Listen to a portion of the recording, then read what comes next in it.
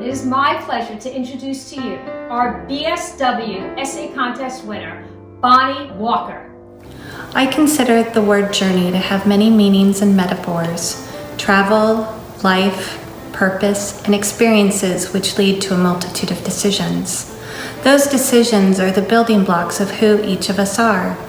Yet along the course of the way, experiences are set before us that were not our choice.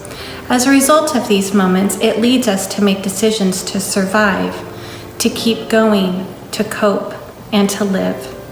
Unfortunately, a growing number of silent individuals that our society regards as honorable, brave, courageous, and are celebrated annually are battling experiences that yet have been fully addressed because of the immense number that continues to slowly come forward. Active duty service members and veterans. This is my journey.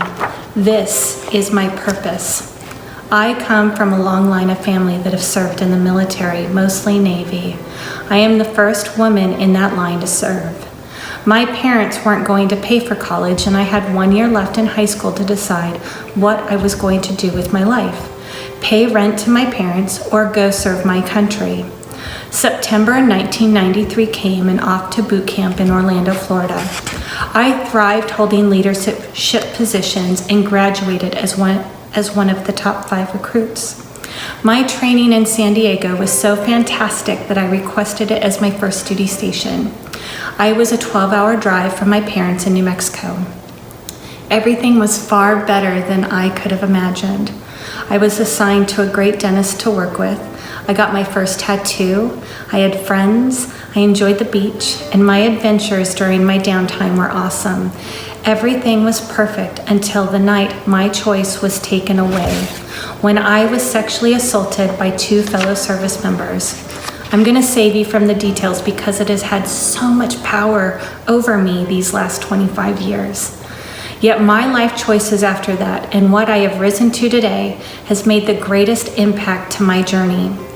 My roller coaster of life has included abusing drugs, alcohol, sex, and subjecting myself to abusive relationships that all came to an abrupt stop 4 years ago, when the memories of that moment my choice was taken from me 22 years earlier resurfaced. That life experience I had to cope with alone. Why did I have to embark on this journey alone? I tried to reach out to trusted medical staff on base. They told me if I reported my assault, I would be discharged from the Navy. I didn't sign up to go through boot camp and training to be discharged for something I didn't choose to experience. At that moment, I have never felt more alone in my life. What caused me to have an abrupt stop on my personal roller coaster? I'll tell you, when I realized just 2 years ago that I am not alone. 1 in 4 women and 1 in 10 men will be sexually assaulted while serving our country. Yet the lack of justice and mental health support for these survivors is a silent epidemic that continues to plague our service members and veterans. Justice only happens if assault victims name their attacker and are willing to release their name publicly and details to all of those involved, including superiors up the chain of command. Victims who choose to come forward are still being medically discharged from service. They lose their income, benefits, and careers, which they have worked so hard to attain. For those who choose not to report their assaults after fear of losing their careers, the repercussions for untreated trauma develops into unhealthy coping skills, risk of PTSD, and medical problems, to name a few. Resources today are limited to either the VA system, their counterparts, or nonprofits that have limited funding available. They are spread sporadically across the country, making access to services difficult for those who reside in less populated areas. So I share my journey with all of you. This is how I heal, how I serve my community of veterans that feel like they are alone. I study social work at Florida Atlantic University. I serve my fellow warrior brothers and sisters that are also survivors of military sexual trauma.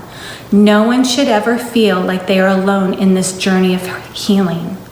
I study social work so that I can strengthen my knowledge and continue to be a guide advocate, and leader for survivors and their providers while unifying resources across the country that are available. I study social work so that I can learn to advocate for change within a broken system. My purpose is to embrace insight and knowledge from the social workers who are before me and carry forward the mission of social equality. I own this event in my life. My journey includes not allowing my assault to define who I am, but to allow it to define who I am to become. A warrior and a social worker that serves her fellow sisters and brothers in arms that had their choice taken away. A beacon of hope for each of us, that we each have the potential to rise above the pain, heartache, and the war within ourselves after service to our country.